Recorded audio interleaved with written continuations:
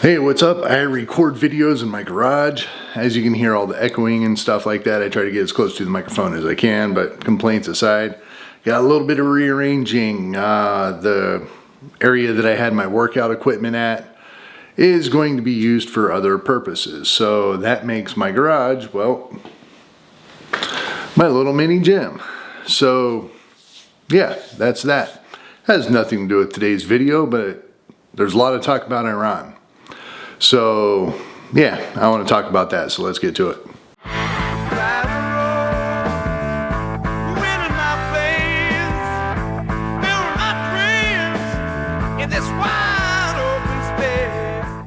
Alright, so how's everybody doing today? Hopefully everybody's having a wonderful day. Thanks for checking out this channel. Any support for the channel is awesome, much appreciated.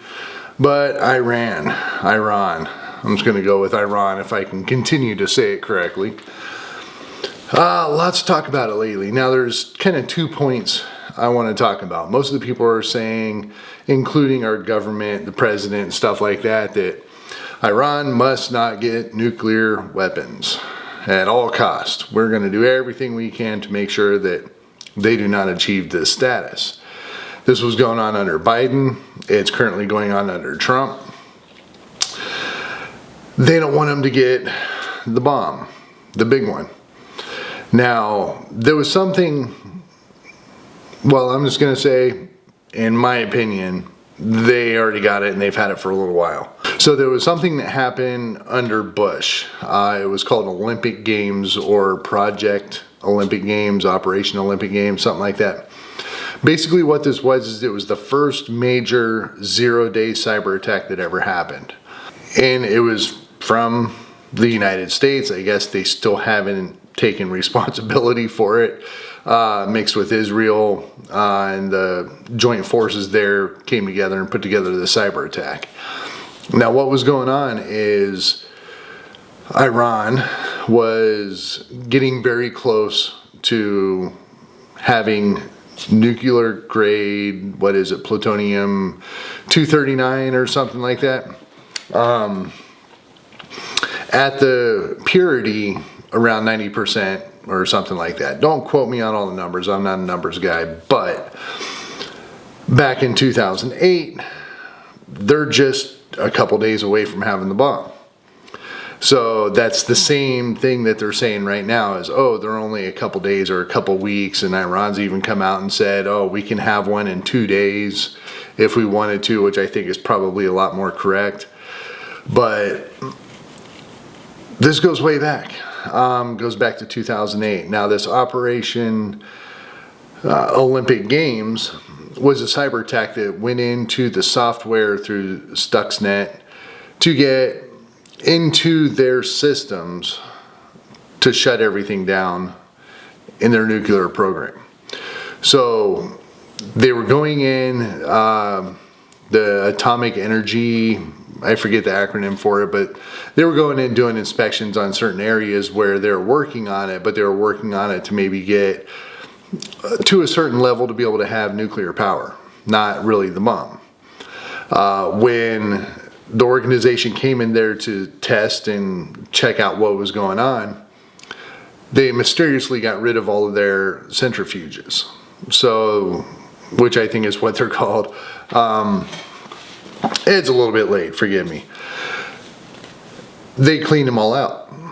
So when they went in there for the inspection, they just had this giant empty room. So they suspected something was going on. They came in with all their testing equipment to test for the grade plutonium that was in that room and what traces might be there. They had the traces of the 239 there. They had the capability back in 2008 to produce the weapons of mass destruction. So we basically backed out. We successfully went in there. We overstressed all their systems to cause them all to break and basically explode and cause all this mayhem. So directly after that, I believe they were purchasing old Russian ones from Egypt, I believe. I'm going back. It's been a while. I read a book on this a ways back, but I'm not recalling everything on it. But basically, they kicked everything right back into gear. So as soon as they were shut down, as soon as the cyber attack hit, they cleaned house, brought in new equipment, and started the production again. So, and this was maybe 2010 at this point, maybe 2012. It took a few years to do this. So they're well into the capabilities of having a nuclear weapon. If not, they're lying, you know? And especially now with the backing of China and Russia kind of coming in and supporting and giving their blessings for them to have a nuclear bomb, it's a done deal. It's a done deal. Why they wouldn't have one is beyond me. They have the capability, they have the equipment, they have the uranium, plutonium, they have the ingredients to make the bomb.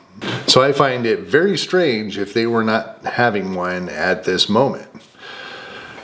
So another thing that, well, people are talking about the same thing, just a little bit of a conflict coming up in Iran. People are worried about it, thinking maybe it's a World War III type thing, but any conflict that's going to fire up is going to be, oh my God, this is World War III. Buy your food, get your get-up bags, build your bunkers, World War III's coming. Any little conflict that changes. We're quick to be a little over-aggressive on this type thing to come to that conclusion. Me personally, I do think, and personally I know it's going to happen. World War III is coming, but this is all about China. This isn't about Russia necessarily, it's about China. But right now here, the focus is on Iran. So the other thing that I think about is, well, Trump. Things aren't really just feeling right. I don't know, it's kind of a weird thing. There isn't anything that's really being said necessarily that's making me think, oh yeah, you know, this is all going to happen. But there's just kind of a feeling that's happening right now that kind of worries me. And as far as Trump goes, he's a little bit erratic. We know he's erratic. I just talked about this in my last video.